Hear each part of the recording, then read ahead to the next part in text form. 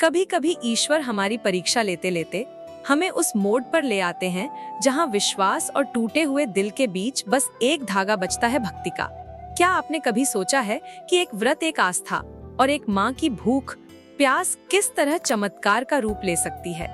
आज की कहानी सिर्फ एक व्रत की नहीं, एक ऐसी स्त्री की है जिसने 6 दिन तक भूखी रहकर सिर्फ अपने भगवान पर भरोसा किया, और एक ऐसे पति की जिसके मन में जन्मा एक शक उसे अपने ही बेटे का दुश्मन बना देता है। लेकिन कहते हैं ना, जहाँ सच्ची भक्ति होती है वहाँ चमत्कार अवश्य होता है।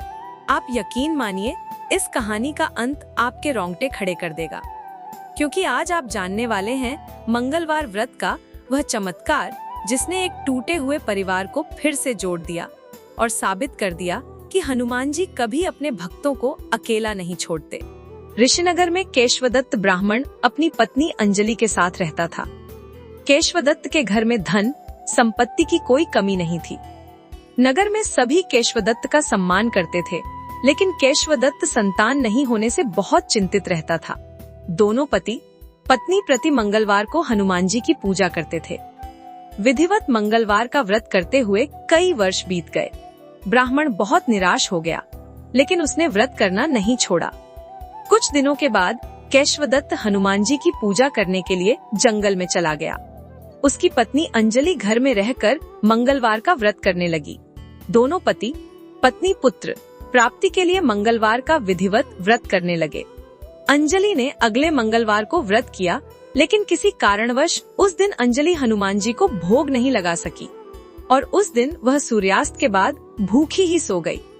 अगले मंगलवार को हनुमान जी को भोग लगाए बिना उसने भोजन नहीं करने का प्रण कर लिया। 6 दिन तक अंजलि भूखी प्यासी रही। 7वें दिन मंगलवार को अंजलि ने हनुमान जी की पूजा की, लेकिन तभी भूख प्यास के कारण अंजलि बेहोश हो गई। हनुमान जी ने उसे स्वप्न में दर्शन देते हुए कहा, उठो पुत्री, मैं तुम्हारी पूजा पाठ से बहुत प्रसन्न हूँ। तुम्हें सुंदर और सुयोग्य पुत्र होने का वर देता हूँ। यह कहकर हनुमान जी अंतर्धान हो गए। तत्काल अंजलि ने उठकर हनुमान जी को भोग लगाया और स्वयं भोजन किया। हनुमान जी की अनुकंपा से अंजलि ने एक सुंदर शिशु को जन्म दिया। मंगलवार को जन्म लेने के कारण उस बच्चे का नाम मंगल प्रसाद रखा गया। कुछ दिनों बाद अंजलि का पति केशवदत्त भी घर लौट आया। उसने मंगल को देखा तो अंजलि से पूछा, यह सुंदर बच्चा किसका है? अंजलि ने खुश होते हुए हनुमान जी के दर्शन देने और पुत्र प्राप्त होने का वरदान देने की सारी कथा सुना दी। लेकिन केशवदत्त को उसकी बातों पर विश्वास नहीं हुआ। उसके मन में पता नहीं कैसे यह कलुषित विचार आ गया कि अंजलि ने उसके साथ विश्वासघात किया है। अपने पापों को छिपाने के लिए अंजलि झूठ बोल रही है। केशवदत्त ने उस बच्चे को मार डालने की योजना बनाई। एक दिन केशवदत्त स्नान के लिए कुएं पर गया। मंगल भी उसके साथ था।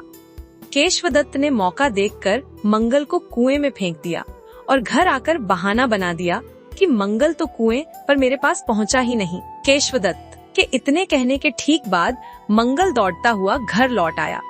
केशवदत्त मंगल को देखकर बुरी तरह हैरान हो उठा। उसी रात हनुमान जी ने केशवदत्त को स्वप्न में दर्शन देते हुए कहा, तुम दोनों के मंगलवार के व्रत करने से प्रसन्न होकर पुत्र जन्म का वर मैंने दिया था, फिर तुम अपनी पत्नी पर शक क्यों करते हो?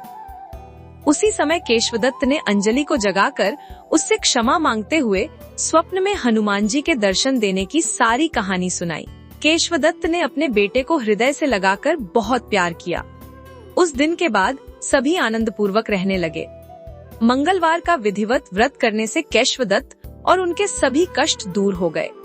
इस तरह जो स्त्री पुरुष विधिवत मंगलवार का व्रत करके व्रतकथा सुनते हैं, हनुमान जी उनके सभी कष्ट दूर करके घर में धन संपत्ति का भंडार भर देते हैं। शरीर के सभी रक्त विकार के रोग भी नष्ट हो जाते हैं। अगर आपको वीडियो पसंद आया हो तो वीडियो को लाइक करके इस चैनल को सब्सक्राइब करके हमारे भक्ति परिवार के साथ अभी जुड़िए। हम आपसे फिर मिलेंगे एक नई वीडियो में। तब तक के लिए हर हर महादेव।